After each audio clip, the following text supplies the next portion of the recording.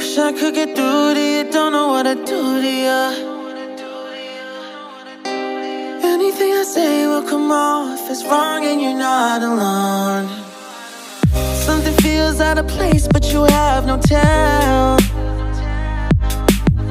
It's like we want the same things but the lines we've drawn are too parallel. I can't sleep. Hey guys, welcome back to another video.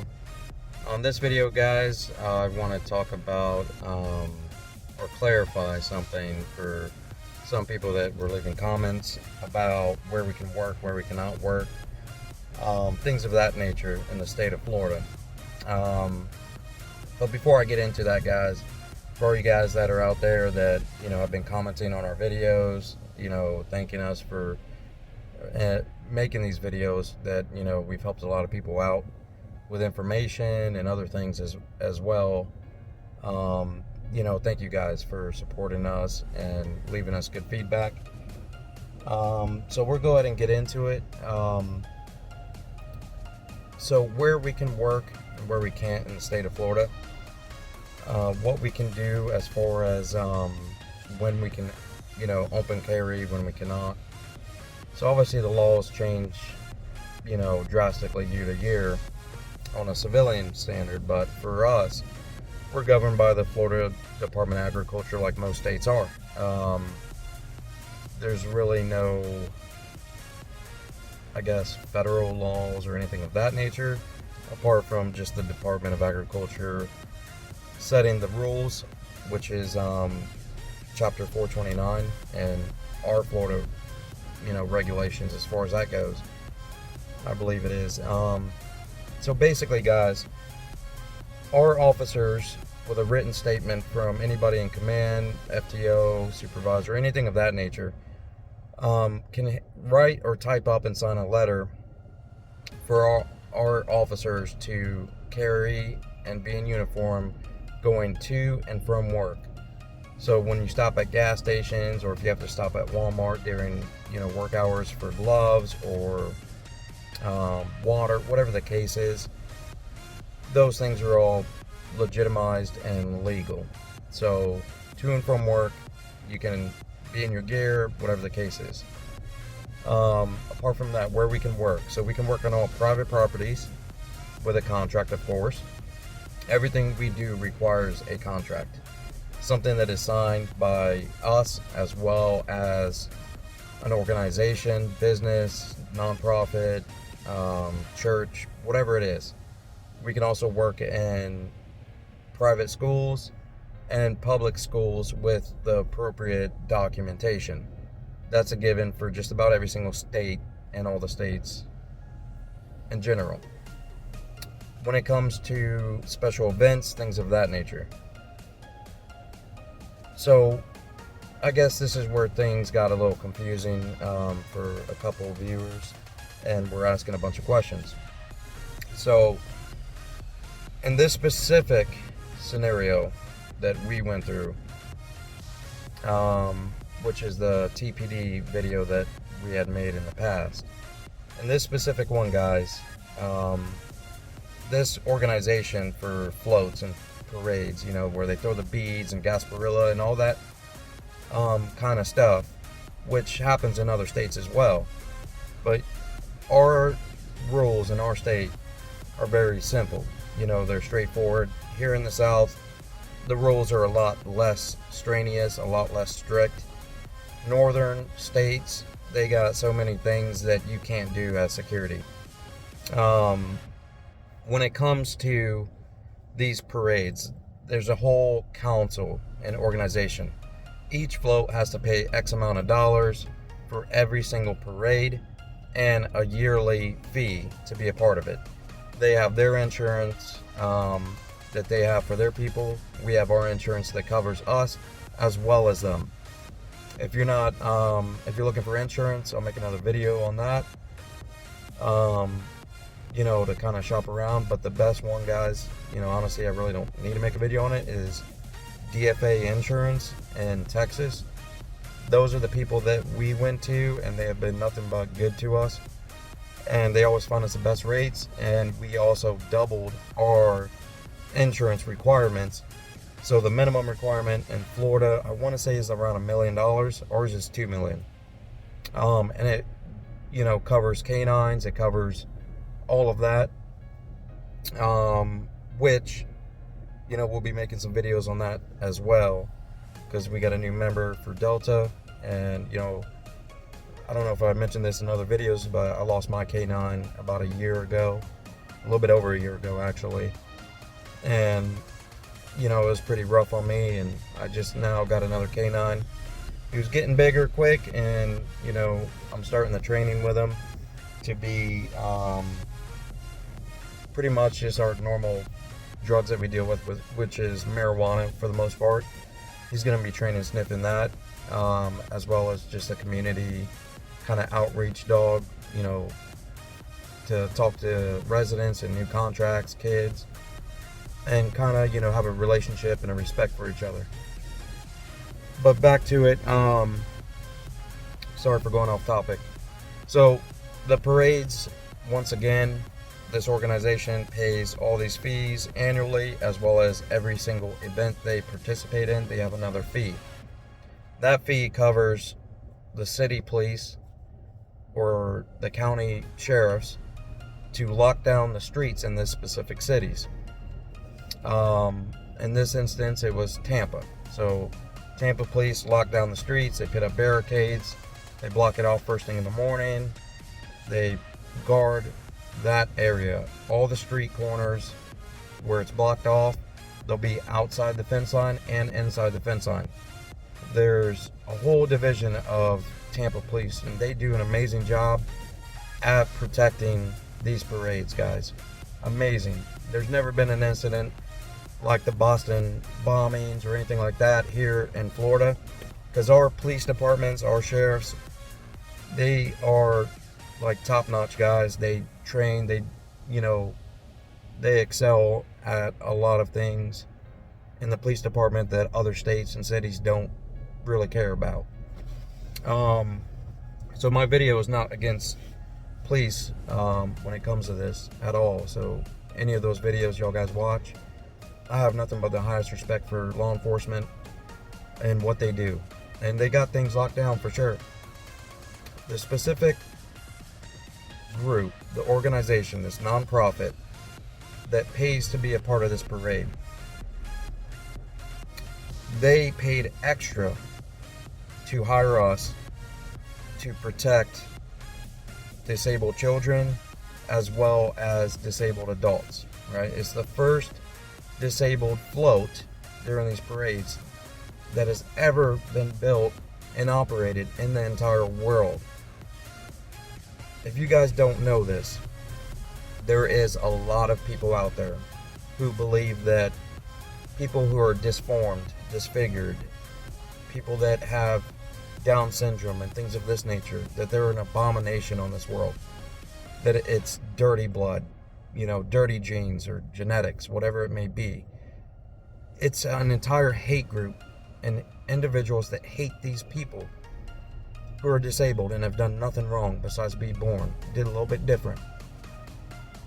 And there are some families out there who has hired private security 24/7 to be there for the years that they have with their children so that they can enjoy it, because they would receive nothing besides threats over social media, threats in mail, threats in person of going to kill their children and them so that they don't continue to populate the earth with unnormal, clean people, right? So this organization hired us not just to protect the disabled children and the disabled adults, but to also be there for when their crew members, on these parades, guys, they drink and some of them get pretty intoxicated. One year, a lady fell off and damn near was ran over by, a massive float that would have killed her, right? The float's moving slow, but when you're drunk, you misstep, you don't account for things that you normally don't, or that you do when you're sober. So we were there to also provide that assistance to say, hey, you've been drinking a little bit too much, please go on the float the moment it stops for your protection. So it's specifically our services were hired for that specific crew. Now, in the event of a mass shooting, guy with an AR, like at that concert, I think it was in California, where he was just shooting into a crowd, right? Law enforcement takes care of that. We do not take care of that. We get our crew members that we're protecting on this float. This specific crew has walls that come down, and eventually are going to be what Kevlar, but these walls come down so that there's no line of sight towards these people. We get them all on board, drunk, not drunk, whatever the case is, and we get them down. There's only one open area on the float, which is in the back. We protect that area on that float as it moves away from the danger zone, out of the danger zone, and that's it. We don't go tracking down who's a shooter. We don't go tracking down who has a suspicious package or anything of that nature. We are specifically in the general area of this float, and that's it. Sure, we look for IEDs, we look for suspicious people coming to the floats to check it out, things of that nature. In Florida, there's over 2 million people that are legally concealed carry permits. Out of those 2 million people, some of those people could have a mental disease eventually. This does not include the numbers of the bad people out there, all right? So working these parades hired by an organization in a bordered area. So there's fences all around a simple route, right? It goes around the little block, a few blocks, whatever the case is, and it's done. We are allowed to stay in that confined area of the people we're protecting. And from that point, we can go to them, walk through, the barricades, no problem. We can go to our float. Once the parade's over, everybody's off, disabled kids are off, everybody's safe. Then we go back to our patrol vehicles and we are done for the day. We leave. We can do that because it's a private organization paying for not just security, but for police to protect and block off the streets. But the security is just for them, to protect them, while the police do what they need to do if there was an incident where there was a shooting. So I'm going to recap this because I know it could be a little confusing for some people. It's completely legal. We talked to one of the higher ups at Tampa Police right after a parade, and he said that there is no Florida law and there's no city ordinance in the city of Tampa that prohibits armed security protecting individual floats on these parades. This is from someone who is a police officer. This isn't from me or anything of that nature. This is a police officer saying you're not breaking any rules or laws. He clearly stated that it is their preference that security not be there, because if more security companies come out and they don't have sleeves or badges and vests or patches or whatever the case is that identifies them during an active shooting situation, they could be mistaken, the security could be mistaken as the shooter. Now, in the scenario that I just told you, if an active shooter happens, everybody gets on board, me and my partner get in the back where it's open, we kneel down for cover, we have our firearms low and ready, out of the view of law enforcement, right? Tampa Police know who we are. We've been there over a year doing these parades with no problems. Just one old timer that showed up for extra duty, just didn't like it. He wasn't comfortable, because that's just who he was. He's an old timer that, possibly just doesn't go with the changes of the world. For anyone out there who thinks that less security, whether it be police or actual security, having less of it is better, is ignorant, in my opinion. And if that is you, I apologize if I offended you, but that's not my point. My point is, if I have a threat made to my house, I got vests, I got guns, I got ARs, I got all that stuff, guys. You know, I am protected. But I'm also going to have the sheriff's department do drive-bys or sit outside. And I would also have one of my employees protecting me as well, with my family, my wife, and kids. More is better when it comes to life and death. More protection is better. More bullets, ammunition, whatever. All of that is better to have than less of it. You know, there was a comment that, you know, we don't need 3 mags on our vest. That's overkill. You guys look stupid. Well, that's your prerogative. But in a gunfight, you don't know how many rounds you shoot, right? Most of the time, it's just that one magazine, right? The threat's over. You're good at what you do. You go to the range, you train. That's great. But in instances where there's running involved and shooting, running and cover, running and cover, running and cover, you are not going to count the rounds that you fire, no matter who you are, no matter how trained you are. So you're going to drop that magazine and reload with the moment you have it. That is a way that we train. Having more is better. You drop that mag, you put a new one before that slide lock comes back and you're empty. So that you never run out in case there is multiple threats and not just the one you are engaged with. So with that being said, once again, if anyone believes that, you know, our vests are overkill, that's fine. As you can tell, I'm on patrol now, making this video. It's about to rain, so it's pretty slow out. I don't have my vest on. I usually never do. The reason why is not because I'm in a good area. I'm actually in a pretty crappy area. But we know everybody in this area. We've been here a long time.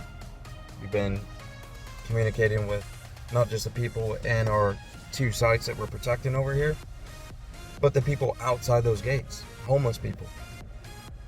People on 7-Eleven. We bought them lottery tickets. We show kindness. We try to make a difference. We try to help and show that we're not a threat because we're new to them, you know? And we've been doing this for, like I said, a good while over here in the South St. Pete area. So none of this, guys, like I said, is, you know, it's your prerogative what you think. None of this is to say this is how you should do it. This is just how we do things. So I'll do a quick recap for you guys. We can carry and be in uniform to and from work. That includes stopping at stores. When we're on patrol, clocked in, we can go in a 2-mile radius to gas stations or any store near us or food place.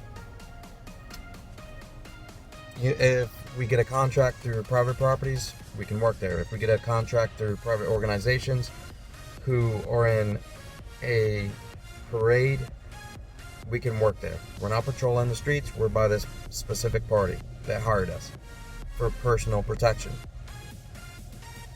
Other than that, guys, federal buildings, we can work in. If you get a contract and you get everything squared away with the county, city, and so forth.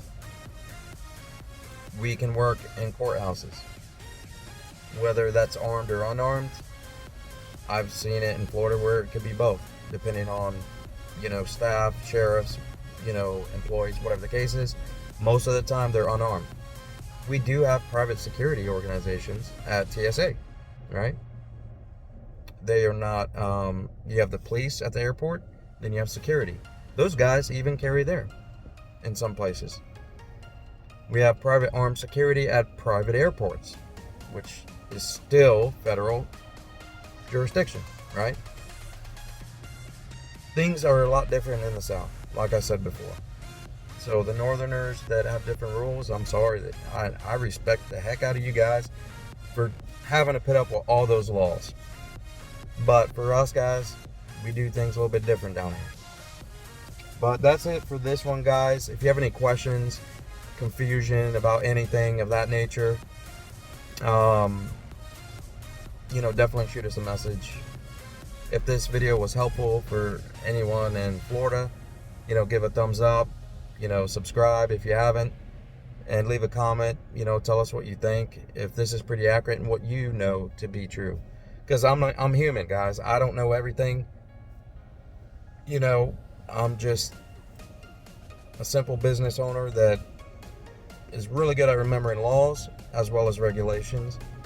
I control all that for Delta, so I'm pretty well versed in that. And I also have lawyers as well as other police officials, retired police, retired federal agents that we have talked to in regards to all this, who are also our instructors. But once again, guys, thank you for joining us on this video, and leave some comments if you have any questions. But other than that, guys, be safe, God bless, and take care.